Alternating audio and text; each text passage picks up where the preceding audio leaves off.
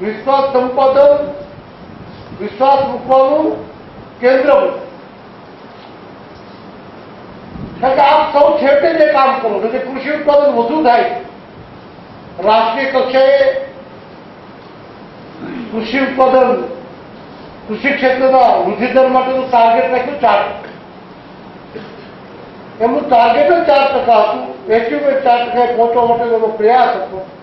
2.5% પહોંચી છે. 2.4, 2.5. આપણે ટાર્ગેટ રાખ્યું 7.5%. આપણું ટાર્ગેટ જ ઊંચું હતું અને આ છતાં પણ આપણે 11.5-12% પહોંચી શક્યા. એ બતાવે કે તમારા વિશ્વાસના આધારે ગુજરાત સરકારે ટાર્ગેટ પણ ઊંચું અને સફળતા પણ ઊંચી. માત્ર થોડા સમય મને મુખ્યમંત્રી ઈચ્છા વ્યક્ત કરી કે મારો ગુજરાતનો ખેડૂત આવતા 5 વર્ષમાં એમની આવક બમણી કરે. મિત્રો, આપણે સૌને આનંદ થાય. હજી તો 5 વર્ષ પૂરા થવા જાય પહેલા 9,000 કરોડ રૂપિયાનું કૃષિ ઉત્પાદન હતું કે 34,000 કરોડે પહોંચે. અને આ કૃષિ વૃદ્ધિ દર, જે રાષ્ટ્રીય કૃષિ વૃદ્ધિ દર 2% છે, એમાંથી તો આપણો 11.5-12% દર બાદ કરીએ તો રાષ્ટ્રીય કૃષિ ઉત્પાદન 2% પણ રહી શકે એમ નહીં.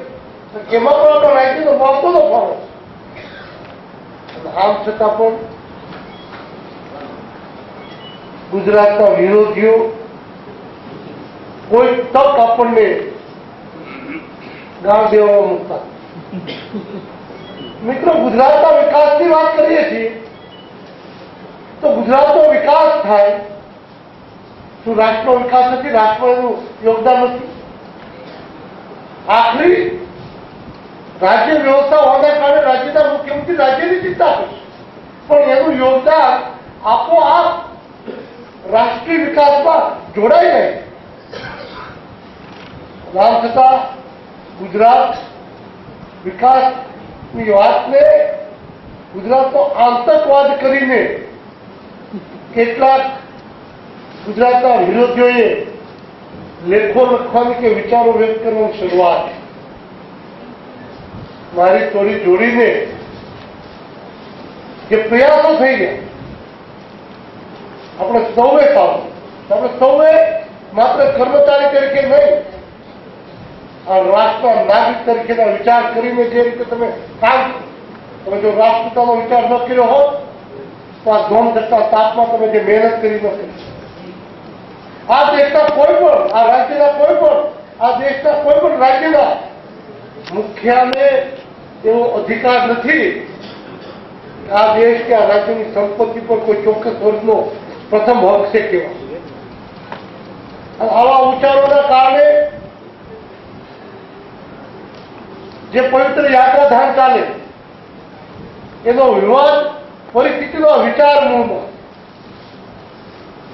આપણે જે જગ્યાએ કૃષિ ઉત્પાદનમાં ગયા ત્યારે કોઈ વિચાર કર્યો છે? આ કોનું ખેતર છે? આ કોના ધર્મનું છે? આ રાજ્યના 5.5 કરોડની જનતાના હિતમાં જે વધુમાં વધુ ઉત્પાદન થાય એની ચિંતા આપણે જ્ઞાતિ, જાતિ, કોમ, ધર્મથી પણ ઉઠીને રાષ્ટ્રીય વિકાસમાં આપણું યોગદાન થાય એની આપણે ચિંતા કરી. અમરનાથ યાત્રાને આટલા વર્ષોથી ટુકડામાં જ્યાં કંઈ બનાવવાનું નથી,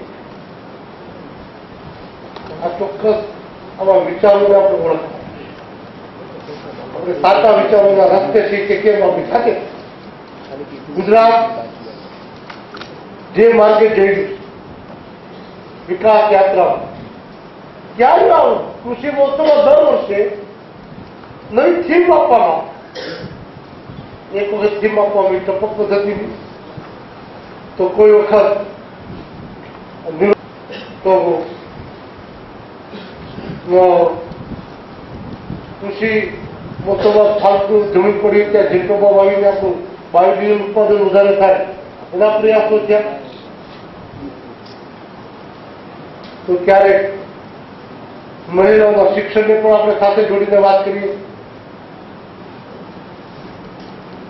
ગુજરાત ને 50 વર્ષ પૂર્ણ થવા જાય છે ત્યારે આપણે સ્વર્ણ જયંતિ મનાવવા માટેનો એક કાર્યક્રમ માન્ય મુખ્યમંત્રી અત્યારથી છે. એના માટે અમરેલીથી સ્વર્ણ જયંતિ સંકલ્પ રથયાત્રાને પ્રોત્સાહન કરે. આ વર્ષ નિરોગી બાળ વર્ષ તરીકે જાય. મિત્રો, ક્યાં નિરોગી બાળ વર્ષમાં ધર્મ, જ્ઞાતિ, જાતિ, પ્રથા? કોઈ પણ માતા કુપોષણના કારણે એના બાળકો જન્મ તંદુરસ્ત ન થાય, સ્થિતિ નિર્માણ ન થાય, ત્યાંથી ચિંતા કરીને બાળક મોટું થાય ત્યાં સુધી સમાજ અને સરકાર બાળક નિરોગી રહે એના માટેની ચિંતા કરે, એની વ્યવસ્થા કરે, સમાજ એની જવાબદારી પડે એવી વાત કરે. આજે રાજ્યની એક દિશા પર તંદુરસ્ત બાળ હશે, તંદુરસ્ત બાળક હશે, તંદુરસ્ત સમાજ હશે. તંદુરસ્ત સમાજ હશે તો વિકાસની ગતિ પણ તંદુરસ્ત રીતે આગળ. આ તમામ પાસાઓને ગુજરાત સરકાર માત્ર વિકાસની વાતને લઈને આવે. એવા સમયે હું આંકડાઓમાં પડતો કેટલા માટે ત્યાં કેટલા એકરમાં કેટલું વાવેતર, કેટલી કીટ આપ્યા, એ બધું આપણે દરેક ક્ષેત્રમાં આ વાતો કરી છે. આપણા જ બનાવેલા આપણા મારા સુધી આવ્યા છે. આપણે જ બનાવેલી પોલિસી જે છે એ અમારા સુધી આવે છે. છેવટે તો તમારા માધ્યમથી જે વાસ્તવિક ક્ષેત્ર પર બનેલી ઘટનાઓ અમારા સુધી આવે છે, એનું સંકલન કરીને અમે આ વાત કરવા. મિત્રો, આ કૃષિ મહોત્સવનો ફાયદો પહેલા આપણે એક યુનિવર્સિટી કૃષિ ક્ષેત્રની માન્ય મુખ્યમંત્રી નરેન્દ્રભાઈ 4 કૃષિ યુનિવર્સિટી કરી. કૃષિ ક્ષેત્રની એમના પ્રત્યેનો લગાવ એક યુનિવર્સિટીમાંથી 4 યુનિવર્સિટી કરીને એક ક્ષમતા વધે, વિસ્તારની વહેંચણીના આધારે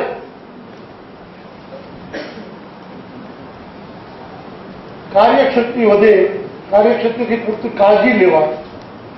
અને આ તમામ યુનિવર્સિટીમાં આવતા દિવસોમાં લેબ ટુ લેબની જે વાત છે, ઈ-ગ્રામ વિશ્વગ્રામની યોજના તળે આપ સૌ ગુજરાતના કોઈ પણ ગામ સાથે અહીંથી વાત કરી શકો એની વ્યવસ્થાની શરૂઆત થઈ. અમરેલી જિલ્લાને ઈ-ગ્રામ વિશ્વગ્રામ યોજનાથી જોડી દેવાનું.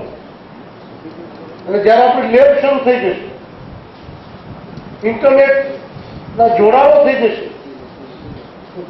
ગામડે બેસીને એના પાકમાં કયો રોગ આવ્યો છે એ બતાવીને તમારું માર્ગદર્શન ગામડે બેઠા મેળવ્યું. આ રીતનું વાતાવરણ સમગ્ર એશિયામાં, ગુજરાતમાં પ્રથમ થઈ ગયું અને અમરેલીમાં એ શરૂઆત થઈ ચૂકી. તો ગ્રામ્ય વિસ્તારના વિકાસની કલ્પના ન કરી હોય એટલી ઝડપથી આગળ વધી.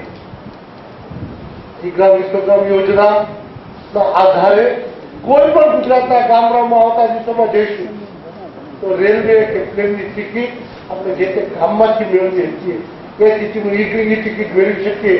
એ ટિકિટનું નિર્માણ ગુજરાતના ગામડાઓમાં થાય. આ કંઈ ઓછી ગતિ નથી. અને આ શરૂઆત મોટા ભાગે રાજ્યમાં 50% કરતા વધારે ઇન્ફ્રાસ્ટ્રક્ચર પૂર્ણ છે. અને એક જિલ્લોનું ઉદઘાટન અને મુખ્યમંત્રીએ ગુજરાત ગવર્મેન્ટના રોજ અમરેલીને ઘોષિત કરી દીધું છે, શરૂ કર્યું. જ્યારે માન્ય મુખ્યમંત્રી ગ્રામ્ય વિસ્તારને આ ગતિથી આગળ લઈ જવા માંગે ત્યારે વૈજ્ઞાનિક મિત્રો સ્વર્ણ જયંતિના દિવસે યુનિવર્સિટીને એને ઓલ હું તો વિનંતી કરું સ્વર્ણ જયંતિ સંકલ્પ યાત્રાના દિવસે આવતા 2010માં ગુજરાત કેવું હોઈ શકે એ કલ્પના લઈને ચાલી. ત્યારે ગુજરાતના એક પણ ગામ કે શહેરી વિસ્તારમાં પૂર્ણ રીતે શુદ્ધ પીવાનું પાણી મળી રહે, આ સરકારનો સંકલ્પ છે. પ્રાથમિક સુવિધાથી આ ગુજરાતનો એક પણ નાગરિક વંચિત ન રહે, આ ગુજરાત સરકારની મહેચ્છા છે. ગુજરાતનો એક નાગરિક સંકલ્પ કરે, 5.5 કરોડની જનતા જો એક સંકલ્પ કરે, આ સંકલ્પ કેવો આર્થિક યોગદાન, કમસે કમ નાનો એવો સંકલ્પ કે હું મારા ઘરની આગળ કચરો નહીં કરું, મારા ઘરમાં કચરો નહીં કરું, કચરો યોગ્ય જગ્યાએ કચરા પેટીમાં જ નાખીશ, હું શુદ્ધ પીવાનું પાણી કે પીવાનું પાણી તો બગાડ નહીં કરું, જરૂર છે એટલું જ, હું મારી થાળીમાં અનાજ એટલું જ જેટલું મારે જરૂરિયાત હશે. મિત્રો ખાલી એક નાની નાની વસ્તુ બગડતી અટકે, 5.5 કરોડની જનતા નથી કાળજી. હું લાઈટ બિનજરૂરી છે તો નહીં વાપરું, સ્વિચ તરત બંધ કરી, 1 યુનિટ એક ઘર દીઠ ખાલી બચાવવા. ગુજરાતમાં 5.5 કરોડની જનતા એક ડગલું આજે જે છે વિદ્યાર્થી નક્કી કરે કે હું 2% લાવું છું, એ કરતા હું 1% વધારે લઉં. વિદ્યાર્થીને ભણાવનાર પ્રોફેસર નક્કી કરે, શિક્ષક નક્કી કરે કે હું મારા વિદ્યાર્થીને પૂરતી કાળજી રાખીને એને ન સમજાય તો વધારાની 10-15 મિનિટ મારો સમય ફાળવીને પણ એને પૂરું સમજાય, ક્યાં સુધી મારો સમય ફાળવી.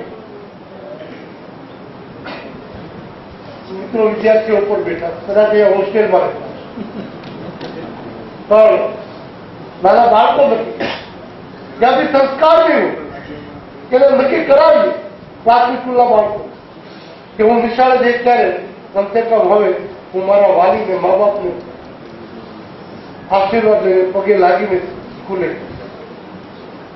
એક વાતાવરણ ચાટ, આમાં કશું જ બોલાવવાનું નથી, છતાં પણ ગુજરાતની એક ઇમેજ, ગુજરાતનું એક વાતાવરણ બનાવવા માટે માત્ર ભૌતિક સુવિધા નહીં, આવતા દિવસોમાં ગુજરાત આખું ત્રીજા મોરચાનું કામ કરે એ સ્થિતિનું નિર્માણ કરવાની એક કલ્પના લીધા.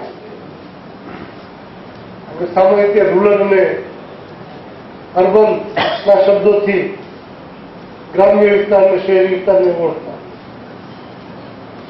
શહેરી વિસ્તારની કલ્પના કરીએ એટલે તમામ પ્રકારની ભૌતિક સુવિધા, મોટા બંગલાઓ, સારા રસ્તા, સિમેન્ટનો પીવાનું પાણી, તકલીફ ખોલી અને 24 કલાક લાઈટ, આરોગ્યની સુવિધાઓ, શિક્ષણની સુવિધાઓ, આ બધી જ સુવિધાઓ શહેરી.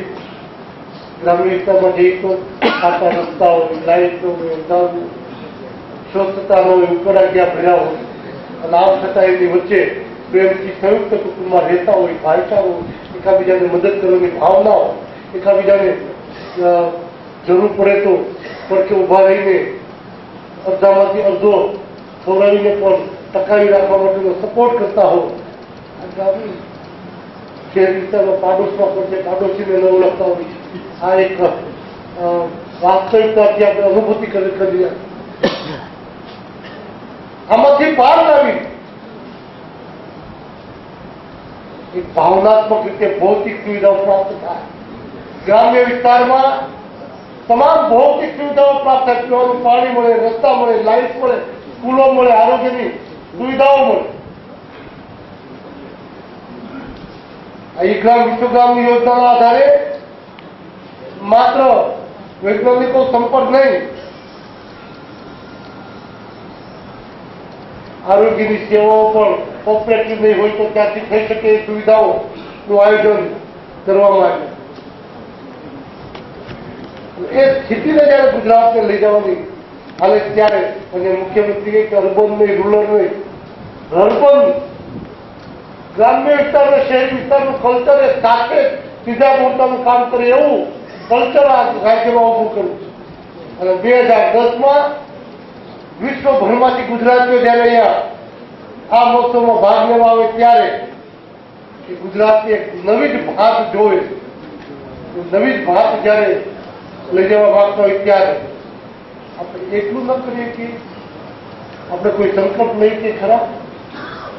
આ ખૂબ જ મહેનત, આપણે સ્વયં સંકલ્પ લઈએ. આ હું બોલ્યો એટલા સંકલ્પની જરૂર નથી, સંકલ્પ કોઈ પણ પ્રકારનો હોય, આપણા મનોમન લેવાનો. કમસે કમ આ 2 વર્ષ સુધી આટલું કરી નાખ્યું. હું મારા વિસ્તારમાં કોઈ પણ બેન સગર્ભા છે, તો ગરીબ હશે તો એને કુપોષણના કારણે આહાર પૂરતો ન મળતો એના કારણે એ તંદુરસ્તી પર અસર ન પડે એવું નહીં થયું. પોતે સ્વયં અથવા આજુબાજુમાં સુખડી અથવા તો પૌષ્ટિક ખોરાક અને કમસે કમ અઠવાડિયે પહોંચતો થાય એટલી વ્યવસ્થાઓ કરવામાં હું મારા યુવક મંડળને, પાડોશીને, ઘરમાં, આજુબાજુ વાતાવરણમાં એનજીઓ કોઈ ચાલતા એનજીઓને સરકારી નદી દ્વારા હું પ્રયત્ન કરું. સંકલ્પ થઈ છે. અને આ કોઈ નવી વાત મિત્રો, આ વાત કરતા મને વાત આવે છે મારા પાક. મારું નામ એવું ગામ માળીલા છે. અમે નાના હતા ત્યારે કંઈ જો કૂતરી લેવાની હોય તો નાના નાના છોકરાઓ ભેગા થઈને એ દિવસોમાં કાંઈક ભેગું કરીને ખવડાવવું પડે.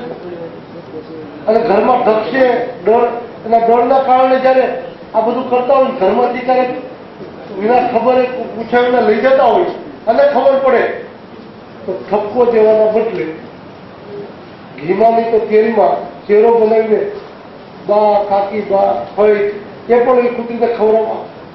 કે ગાય નિયાણી હોય તો ગાય કોઈની માલિકીની હોય, આજુબાજુ પાડોશીઓ બધા ભેગા થઈને એ ઘૂઘરી ખવડાવવા. તો આ તો આપણી સંસ્કૃતિ છે, એને ઉજાગર કરવાની. જો ગાય કૂતરી માટે પણ આપણા સંસ્કારોમાં ક્યાંય ને ક્યાંય આપણે પણ આવા અનુભવો ક્યાંય જોતા હશે, જોવા મળ્યા. તો આપણી બેન દીકરી, મા દીકરી માટે જે આર્થિક કે સક્ષમ નથી, આપણા વિસ્તારમાં, આપણી નજરમાં, આપણા ખ્યાલમાં આવે એના માટે આપણે કઈ કરીશું. આ રાજ્યમાં 2010માં એક પણ એવું બાળક ન જન્મે જે ખોટા પડવા, જે કુપોષણના કારણે કે માતાને કોઈ મુશ્કેલી પડે, સામાજિક સેવા આપણે ન કરી શકીએ. અનેક પ્રકારની આપણે આપણા ક્ષેત્રમાં, હું મારા સંશોધનમાં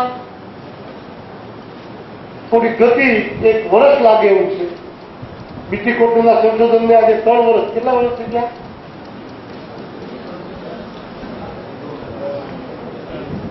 संशोधन 5 होगा, लेकिन हम तय कर सकते हैं क्या हम इसी समय मर्यादा में इस सब जो आने वाली सुविधा है उन पर पूरा आक्रमण करके इन टाइम हम इस राज्य को भेंट करेंगे किसानों. बहुत संतुष्ट अपना संशोधनों जो करीशू तो ખેડૂતોને વિદેશી કંપનીઓ જે રીતે લૂંટી રહી છે, હવે મારા ગુજરાતના ખેડૂતોને અમે લૂંટાવા નહીં દઈએ. જે કોઈ પ્રકારનું સંશોધન જે જરૂરી હશે, જે વિદેશમાં સંશોધન થાય, મહેનત જે કરવી પડે એ કરીને પણ રાત દિવસ ઉજાગરા કરીને, હું સમજુ છું રાત દિવસના ઉજાગરાથી પણ એ સમય મર્યાદા સંશોધનમાં જોઈએ એટલે જોઈએ તો આળસના કારણે એક પણ દિવસ વધારાનો બગડે નહીં એની પૂરી કાળજી લઈને જે સંશોધનો હાથમાં ધર્યા એ પૂર્ણ સમયની અંદર, બલકે વિશેષ સમય પહેલા જો થઈ શકે તો અમારો પ્રયાસ રહેશે. એના કારણે મોટી સેવા અનેક પ્રયાસો આપ કરી શકો એ અપેક્ષા એટલા માટે આપણે જે અપેક્ષાઓ રાખી છે એ મને તુચ્છ લાગે છે.